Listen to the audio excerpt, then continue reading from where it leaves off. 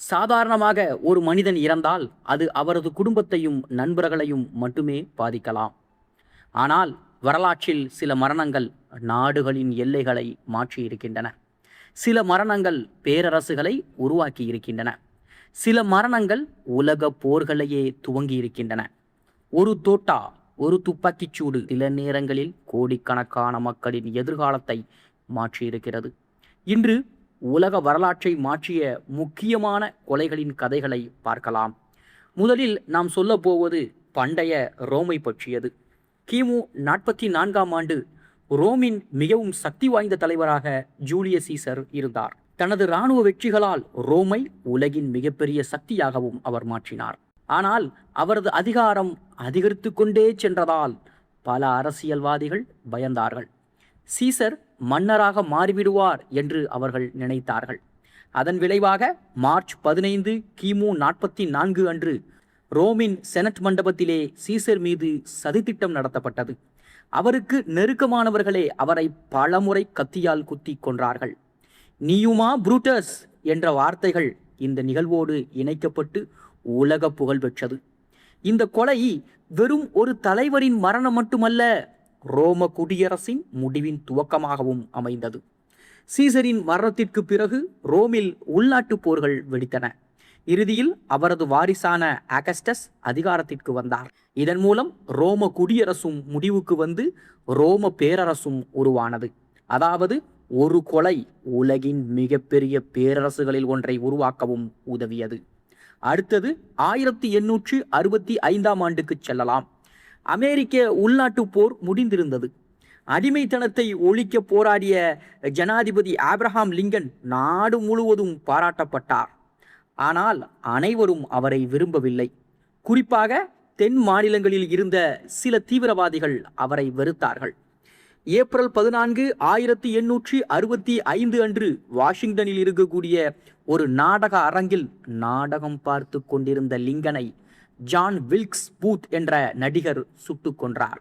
மறுநாள் லிங்கன் உயிரிழந்தார். இந்த கொலை அமெரிக்காவின் அரசியல் பாதையையே மாற்றியது. ஆப்ரஹாம் லிங்கன் உயிரோடு இருந்திருந்தால் இன சமத்துவம் மற்றும் மறுசீரமைப்பு வேறு விதமாக நடந்திருக்கலாம் என்று பல வரலாற்று ஆசிரியர்கள் கருதுகிறார்கள். அதை போல 1914 நடந்த ஒரு கொலை உலகையே நெருப்பில் தள்ளியது. ஆஸ்திரியா ஹங்கேரி பேரரசின் வாரிசான ஆர்ச்டியூக் பிரான்ஸ் பெர்டினாண்ட் போஸ்னியாவின் சாராயோவா நகருக்கு சென்றிருந்தார். அப்போது கௌரிலோ பிரின்சிப் என்ற செர்பிய தேசியவாதி அவரையும் அவரது மனைவியையும் சுட்டுக் கொன்றார்.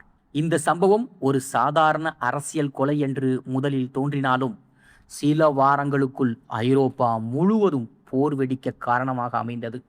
நாடுகள் ஒன்றுக்கொன்று எதிராக அறிவித்த போர் பின்னர் முதல் உலகப் போராகவே மாறியது. சுமார் 2 கோடிக்கும் மேற்பட்ட மக்கள் உயிரிழந்த அந்த போரினுடைய தீப்பொறி ஆரம்பமானது இந்த கொலையில் இருந்துதான். முதல் உலகப்போர் ஜெர்மனியின் தோல்வியோடு முடிவடைந்தது. அதன் விளைவாக ஏற்பட்ட அரசியல் மாற்றம் மற்றும் பொருளாதார குழப்பங்கள் பின்பு அடால்ஃப் ஹிட்லரின் எழுச்சிக்கும் 2ஆம் உலகப் போருக்கும் வழிவகுத்தன. எனவே பிரான்ஸ் பெர்டினாண்ட் கொலை மறைமுகமாக 20ஆம் நூற்றாண்டின் பெரும்பாலான நிகழ்வுகளையும் பாதித்ததாகவும் கூறப்படுகிறது. அடுத்தது 1948 ஜனவரி 30. இந்தியா சுதந்திரம் பெற்ற சில மாதங்களே ஆகியிருந்தன. மகாத்மா காந்தி மதம் மற்றும் சமூக நல்லிணக்கம் அதே போல அமைதிக்காகவும் பாடுபட்டு கொண்டிருந்தார். அந்த நேரத்தில் நாதுராம் விநாயக் கோட்சே அவரை சுட்டுக் கொன்றார். இந்த செய்தி சில மணி நேரங்களிலேயே உலகம் முழுவதும் பரவியது. காந்தியின் மரணம் இந்தியாவை அதிர்ச்சியில் ஆழ்த்தியது.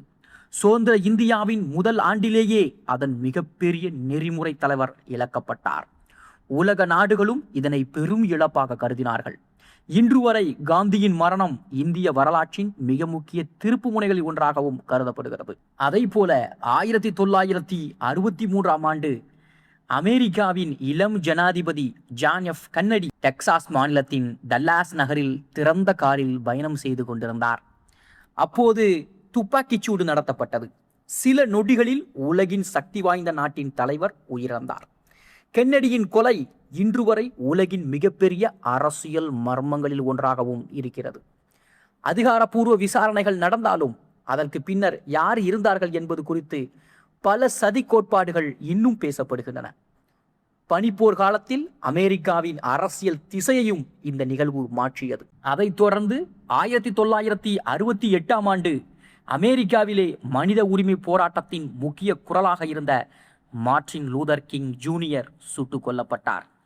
எனக்கு ஒரு கனவு இருக்கிறது என்ற அவரது புகழ்பெற்ற உரை உலகம் முழுவதும் அறியப்பட்டது.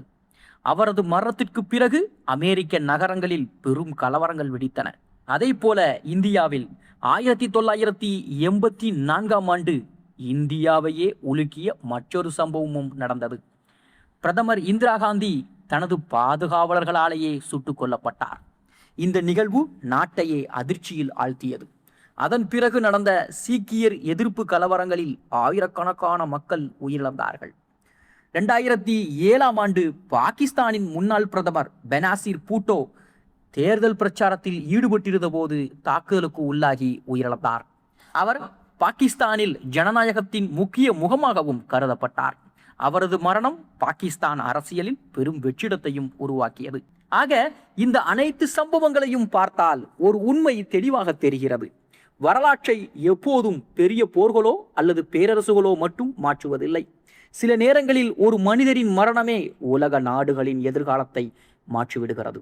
ஒரு துப்பாக்கிச் சூடு உலக போரை துவங்கலாம். ஒரு கத்திக்குத்து பேரரசை உருவாக்கலாம். ஒரு அரசியல் கொலை ஒரு நாட்டின் பாதையையே மாற்றலாம். இன்று நாம் படிக்கும் உலக வரலாற்றின் பல முக்கிய அத்தியாயங்களுக்கு பின்னால் இத்தகைய கொலைகள் இருக்கின்றன. அதனால்தான் வரலாற்று ஆசிரியர்கள் சில நேரங்களில் ஒரு மனிதனின் வாழ்க்கை உலகத்தை மாற்றலாம், ஆனால் சில நேரங்களில் அவரது மரணம் அதைவிட அதிகமாக உலகத்தை மாற்றும் என்று கூறுகிறார்கள். வரலாற்றை மாற்றிய இந்த கொலைகள் அதற்கான மிகப்பெரிய சான்றுகளாகவும் இருக்கின்றன.